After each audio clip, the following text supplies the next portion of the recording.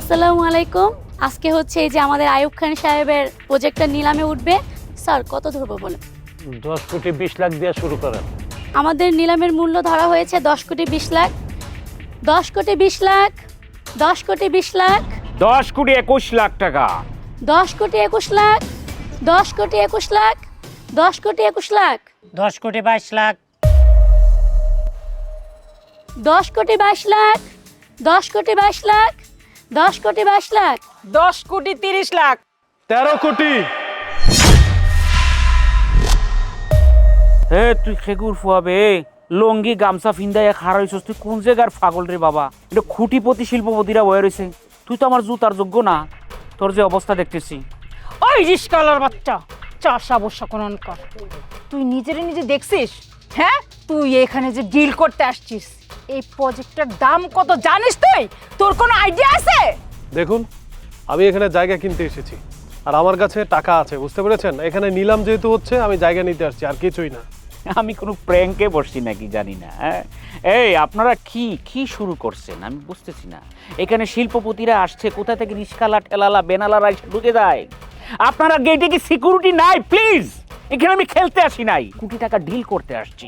এখানে চিটার বাটপার ঢুকে যাবে, আপনাদের সিকিউরিটির কোনো ব্যবস্থা নেই? দেখুন, আমার সাথে আপনারা মুখ সামলে কথা বলুন। আমি এখানে টাকা দিয়ে জায়গা কিনতে এসেছি, আপনারাও যেমন টাকা দিয়ে জায়গা কিনতে এসেছেন, আমিও এখানে টাকা দিয়ে জায়গা কিনতে আসছি। আপনাদের এখানে যত মূল্য, ঠিক আমার অতটাই মূল্য। ওই ছোট লোকের বাচ্চা, রিস্কালার বাচ্চা, তোর সাথে কথা বলে আমার লেভেলটা আমি নিচু করতে চাই না। আচ্ছা, আপনাদেরকেও বলি, ওর মতো একটা রিস্কাওয়ালা ছোট লোক এখানে কিভাবে ঢুকলো? আপনাদের এখানে কি কোনো সিকিউরিটি নেই? আর এখানে যারা আছে সবাই শিল্পপতি। ওরে এখান থেকে এক্ষুনি বের করুন, নাহলে কিন্তু খুব খারাপ হয়ে যাবে।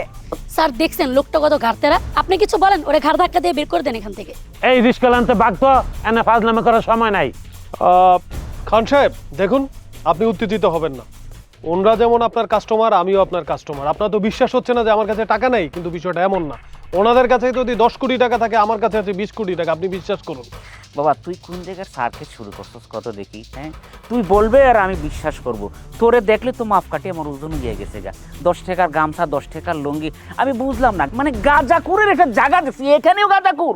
হ্যাঁ, থামেন, আমি 13 কোটি টাকা নিয়ে আসছি, আমার স্যারকে কেউ কিছু বলবেন না। ওই যে শুনুন, আপনারা তো এতক্ষণ আমাকে নিয়ে অনেক টিচ করেছেন। আপনাদের মনে হয়েছে যে আমি সত্যিকারের একজন রিক্সাওয়ালা অথবা শ্রমিক। এখানে আমি জায়গা কিনতে আসছি, আমার কি দক্ষতা আছে? আপনারা এটাই ভাবছেন, তাই না? আচ্ছা, আমি একটা কথা বলি। আপনি মিসেস রুনা গ্রুপ অফ কোম্পানির ম্যানেজার, রাইট? এই, তুই সত্যি করে বলতো, আমি যে ওই কোম্পানির ম্যানেজার, তুই কিভাবে জানলি? আর এই যে আপনি মিস্টার সবুজ, আপনি হচ্ছেন গিয়ে সবুজ গ্রুপ অফ কোম্পানির এজিএম, রাইট? শুনুন, আস্তে আস্তে সবই টের পাবেন, জাস্ট একটু ওয়েট করুন, তাহলেই সব কিছু বুঝে যাবেন। এই যে মিসেস রুনা, আপনি আপনার ফোনটা রিসিভ করুন আর লাউড স্পিকার দিন। আসসালামু আলাইকুম স্যার। ওয়ালাইকুম আসসালাম মিস রুনা। আপনারা যে নিলামের প্রোগ্রামে আছেন, সেখানে মেঘ সাহেব নামের একজন যাবে। সে হচ্ছে একজন অনেক বড় শিল্পপতি। দেশে বিদেশে নানা রকম বিজনেস, কোটি কোটি মিলিয়ন ডলারের বিজনেস তার সাথে যেন কোনো রকমের খারাপ আচরণ না হয়, আপনারা সেই দিকে খেয়াল রাখবেন, ঠিক আছে? জি স্যার, ঠিক আছে স্যার। ওকে, ধন্যবাদ। এই যে মিস্টার সবুজ সাহেব, আপনার ফোনটা আপনি রিসিভ করুন হ্যাঁ, স্যারে ফোন দিছে। হ্যালো, জি, আসসালামু আলাইকুম স্যার। আর লাউড স্পিকার দিন। সবুজ সাহেব শুনুন, জি স্যার। আপনাদের নিলামের প্রোগ্রামে মেঘ নামের আমার একটা বন্ধু যাবে। সে কি এসেছে? জি স্যার। সেখানে কি সবকিছু ঠিকঠাক আছে নাকি কোনো গন্ডগোল হয়েছে? না স্যার, সব ঠিক আছে স্যার। শুনুন, আমি যাতে কোনো গন্ডগোলের কথা না শুনি এবং কোনো রকমের ভেজাল যাতে না হয়, যদি হয়েছে তাহলে আপনাদের সবার খবর আছে, একদম চাকরি থেকে আউট করে দেবো আমি। জি স্যার, আসসালামু আলাইকুম স্যার। ওয়ালাইকুম আসসালাম। ও স্যার, এ কি দেখলাম স্যার? আপনি এত বড় একজন শিল্পপতি, স্যার আপনার পরিচয় দিলেন না। সরি স্যার, আপনার খালি নাম শুনছি স্যার, জীবনে দেখি না, এই প্রথম দেখলাম sir. Sorry sir, please. Sir আপনি কে বলুন তো? আপনি এত বড় মাপের একজন লোক, আর আপনি এই পোশাকে কেন এসেছেন স্যার? স্যার, আমারও ওনাদের মতো আপনার কাছে একটা প্রশ্ন। আপনি এত বড় একজন মানুষ, অথচ আপনি এই পোশাকে কেন আসছেন স্যার? আচ্ছা, আমি বলছি, সত্যি বলতে কি, এই জায়গাটা আমার খুবই ইম্পর্টেন্ট।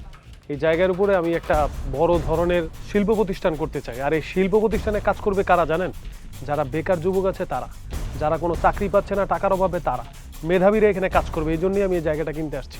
আর এই যে আপনি বললেন না যে আমার এই পোশাক আমি কেন পরেছি আর এখানে এই পোশাকই বা কেন এসেছি। হ্যাঁ, আমি শুট বুট পরে এখানে আসতে পারতাম, কিন্তু আমার মাথায় একটা জিনিস ঘুরছিল, আসলে এই দুনিয়াতে টাকার মূল্য বেশি নাকি পোশাকের মূল্য বেশি সেটা দেখার জন্য। এখানে এসে আমি সেই জিনিসটা বুঝে গেলাম। সত্যি বলতে মানুষের বাড়িতে কোটি টাকা থাকলেও তার কোনো দাম নেই, কিন্তু ভালো পোশাক পরে তার পকেটে যদি 0 টাকাও থাকে তাকে সবাই স্যার বলে স্যালুট দেয়। কিন্তু সত্যি বলতে কি জানেন, মানুষের যত দামি পোশাকই হোক বা না হোক, মানুষ মানুষই। সবার আগে মানুষ সত্য, তাহার উপরে নাই। মানুষকে আপনারা সম্মান দিতে শিখুন। টাকা পয়সা সেটা তো মুচি বেতরও কামায়। সো মানুষকে সম্মান করুন, তাহলে আপনারা সম্মান পাবেন। আর একটা কথা, এই জায়গাটা কেনার পরে আপনারা এখানে যখন আত্মকর্মসংস্থান হবে আমার প্রতিষ্ঠানটা এসে দেখে যাবেন। বোরান সাহেব, আপনি টাকাগুলো দিয়ে দলিলটা নিয়ে নিন। স্যার এই যে আপনার ফাইল। চলুন।